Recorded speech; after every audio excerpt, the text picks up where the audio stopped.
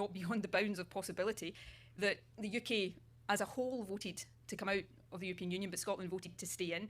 I think that would undoubtedly have people in Scotland demanding that we look again at whether we should be independent. Not sitting here saying I think it would make a vote for independence guaranteed or inevitable. I'm sure there would be a variety of different opinions at that time. What I am saying, though, is I think it would, now maybe I'm wrong, but I think it would have many people saying that that is an option we should at least look at again. Incidentally, I've put forward a proposal that would take away the possibility of this scenario arising, this idea that many federal states, and I know we're not a federal country in the UK, but nevertheless an idea that many federal states embrace of double majority, so that for a UK exit, for a Brexit, there would have to be not just a vote across the entirety of the UK, but a vote for that in each of the component nations of the UK. It's the strong position of the Scottish Government that we should continue to be a member of the EU because of the contribution we make and the benefits that we get. Do you concede at all that there is some division in legal opinion and that some people do argue that you would have to reapply?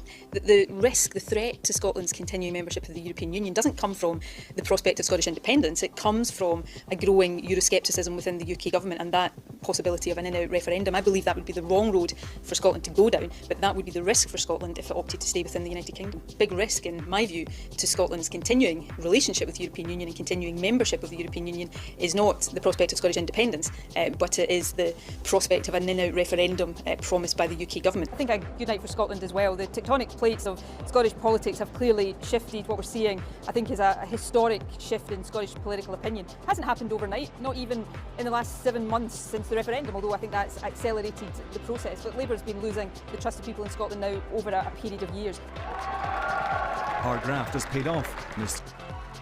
There is a swing underway in Scotland, the like of which has not been seen in recorded politics. It is twice the level of any swing recorded in Scotland or indeed across the United Kingdom.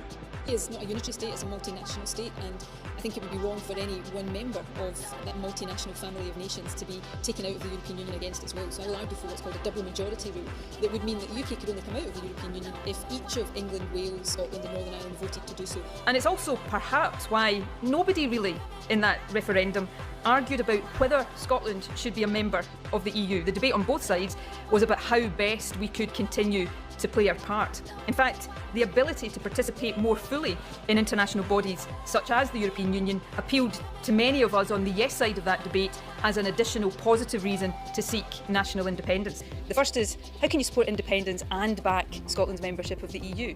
Well, the answer to that is simple. I believe that independent countries must cooperate to tackle common challenges.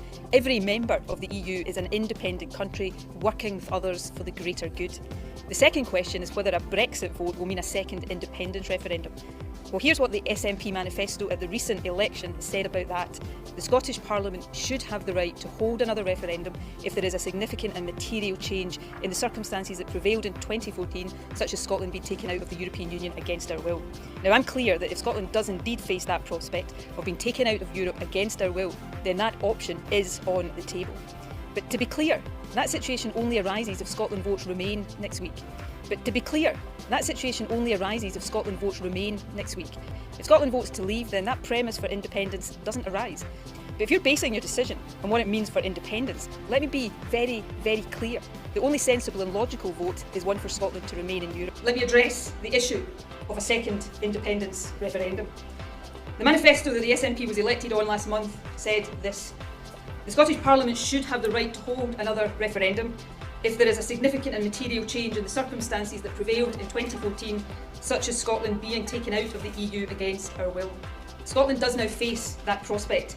It is a significant and material change in circumstances, and it is therefore a statement of the obvious that the option of a second referendum must be on the table. Scotland does now face that prospect. It is a significant and material change in circumstances, and it is therefore a statement of the obvious that the option of a second referendum must be on the table. And I am convinced that when people get that choice again, they will vote for Scotland to be independent, and most of the promises that were made to Scotland at the last referendum by those who argued against independence, not least that we continue to be in the European Union, have been broken. The party that told us in 2014 that independence would take away our European Union membership and then went on to take us out of the European Union, I don't think will have any credibility whatsoever on matters European. In short, not only did the UK impose Brexit on Scotland, it imposed the hardest and the most damaging of Brexits. And all of this despite the fact that people in Scotland voted overwhelmingly to stay in the European Union. And it came as a surprise really to no one, therefore, that Scotland voted nearly 2-1 to remain in the European Union. Huge interest in independence. We sit here on the 5th anniversary actually of the independence referendum. 45% of the people of Scotland voted to leave the UK to remain in the EU, and indeed 55% voted to stick with the UK because we were told that was the only way to guarantee economic stability and our place in Europe.